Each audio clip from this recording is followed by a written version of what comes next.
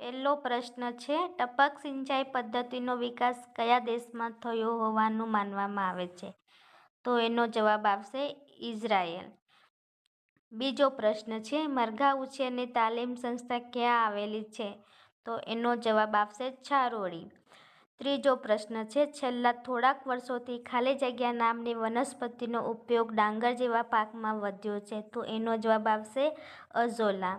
ચોથો પ્રશ્ન છે, વિશ્વમાં સૌથી વધુ મરચાંનું ઉત્પાદન કયો દેશ કરે છે? તો દોસ્તો એનો જવાબ આવશે બાંગ્લાદેશ.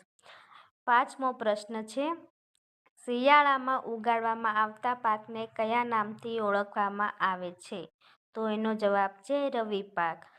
છઠ્ઠો પ્રશ્ન છે, પુષ્પના ઉપરના ભાગે આવેલી લીલા રંગની પાંદડીઓને શું કહે છે? તો એનો જવાબ છે ભજપત્ર. સાતમો પ્રશ્ન છે, ડીએપી ખાતરમાં કયા કયા તત્વો હોય છે? તો દોસ્તો એનો જવાબ આવશે નાઇટ્રોજન અને ફોસ્ફરસ. આઠમો પ્રશ્ન છે, સૂકી ખેતી સંશોધન કેન્દ્ર કયા જિલ્લામાં આવેલ છે? તો દોસ્તો એનો જવાબ આવશે રાજકોટમાં. નવમો પ્રશ્ન છે, આત્માનું પૂરું નામ શું છે? તો દોસ્તો એનો જવાબ આવશે એગ્રીકલ્ચર ટેકનોલોજી મેનેજમેન્ટ એજન્સી.